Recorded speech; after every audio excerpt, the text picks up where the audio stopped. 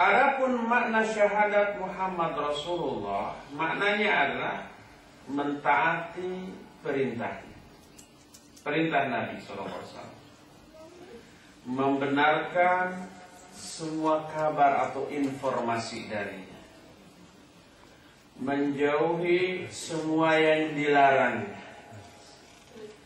dan tidak beribadah kepada Allah kecuali dengan cara ibadah yang disyariatkannya. 4 poin makna syahadat Muhammad Rasulullah. Poin pertama, mentaati perintah. Poin kedua, percaya kepada semua berita yang disampaikan olehnya. Berita itu mau masuk akal mau tidak, mau tersaksikan, terindrai oleh kita atau tidak, pokoknya asal itu bersumber dari beliau, wajib kita percayai dalam hal apapun. Sebab beliau tidak berbicara dari hawa nafsu, tapi berbicara berdasarkan wahyu. Ketiga, makna syahadat Muhammad Rasulullah adalah menjauhi apa yang dilarangnya. Dan yang terakhir yang tidak kalah pentingnya, beribadah kepada Allah berdasarkan syariat yang dibawa olehnya. Ketika menjelaskan poin ini, berkata Syekh Muhammad Shalih Al-Utsaimin rahimahullah, makna syahadat Muhammad Rasulullah adalah iqrar bil lisan, mengungkapkan dengan lisan bahwa beliau itu Muhammad Rasulullah, mengimani dengan hati, meyakini bahwa beliau adalah seorang utusan Allah kepada seluruh makhluk, jin dan manusia.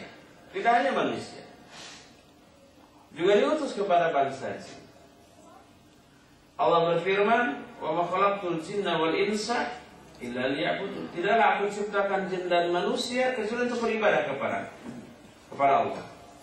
Cara beribadahnya sama jin dan manusia, yaitu mengikuti cara ibadah yang diajarkan oleh Nabi alaihi salatu wassalam. Makanya lihat dalam surah Jin, "Qul uhiya ilayya annahu istama'a nafarun minal jinni."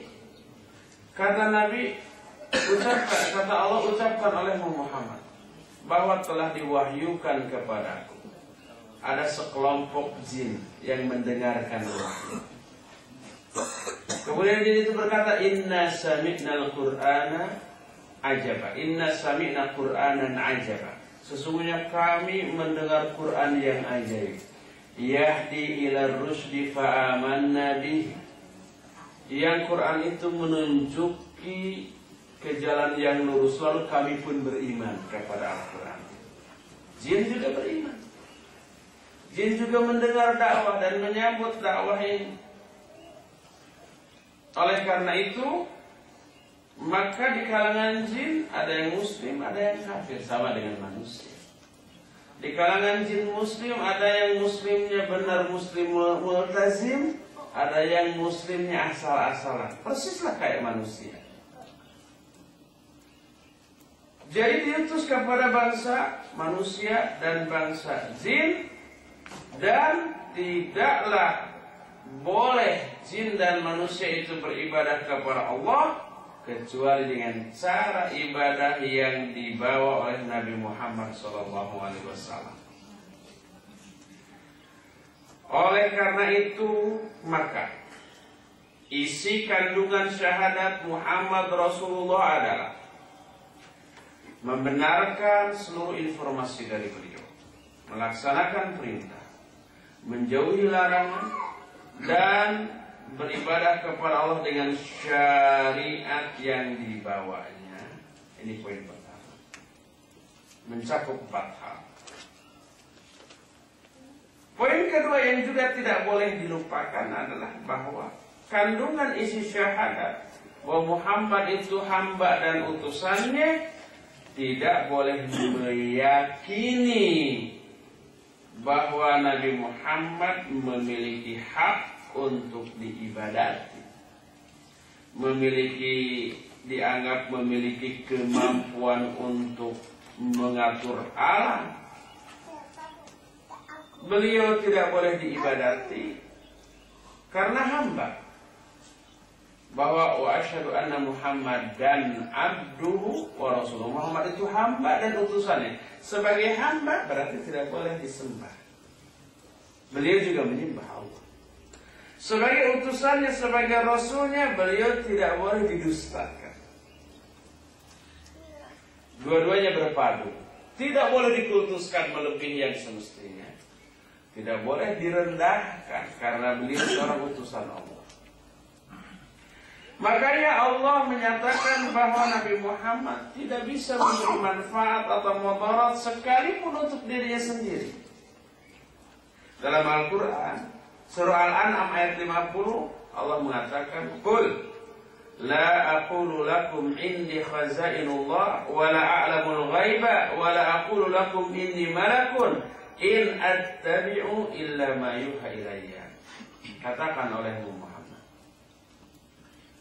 aku tidak berkata kepada kalian bahwa aku memiliki perbendaharaan ilmu Allah. Enggak. Aku pun tidak mengetahui hal yang gaib. Aku pun tidak berkata kepada kalian bahwa aku adalah malaikat. Tidaklah aku mengikuti apapun kecuali mengikuti apa yang diwahyukan kepada aku. Jadi Nabi SAW juga tidak ijtihad dengan pikirannya sendiri, tidak. Dalam menjelaskan Islam, semua yang beliau jelaskan murni wahyu. Wa ma yantiqu 'anil hawa in huwa illa wahyu. Kalau Nabi Muhammad berani sedikit saja beristihad dengan ra'yu, lalu diaku inilah dari Allah, beliau akan mati seketika itu. Urat lehernya diputus oleh Allah. Dalam surah Al-Haqqah Allah menyatakan, "Walau taqawwala 'alaina ba'dal aqawi la akhadna minhu bil yamin thumma laqata'na minhu al-watin fama minkum min ahadin anhu hajizin." Seandainya Muhammad mengada-ada sebagian perkataan atas nama kami, akan kami pegang dengan tangan kanan kami, lalu akan kami putuskan urat lehernya. Dan tidak ada seorang pun di antara kalian yang mampu mencegah kami dari pemutusan urat leher itu. Nabi SAW diancam.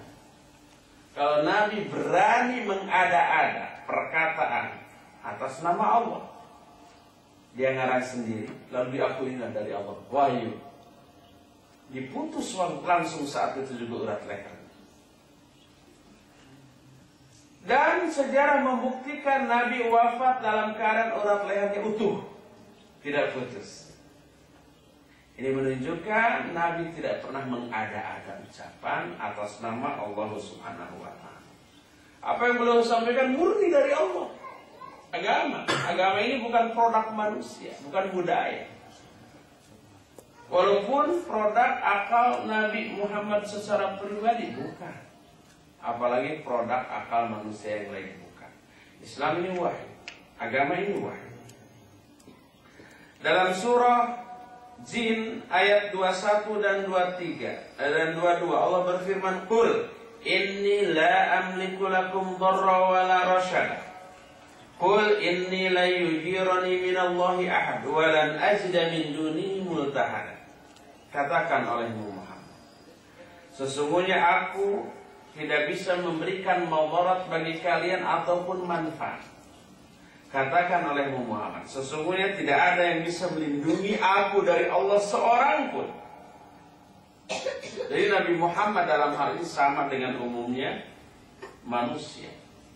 Dalam surah Al-A'raf 188 Allah menyatakan, "Qul la amliku li nafsin naf'an wala dharra illa ma sya'allah walau kuntu a'lamul ghaiba lastakthartu minal khair wa ma massani as-su in ana illa nadhirun mubin nadhiru wa basyirun liqaumin yu'minun." Kata Allah, katakan oleh Muhammad,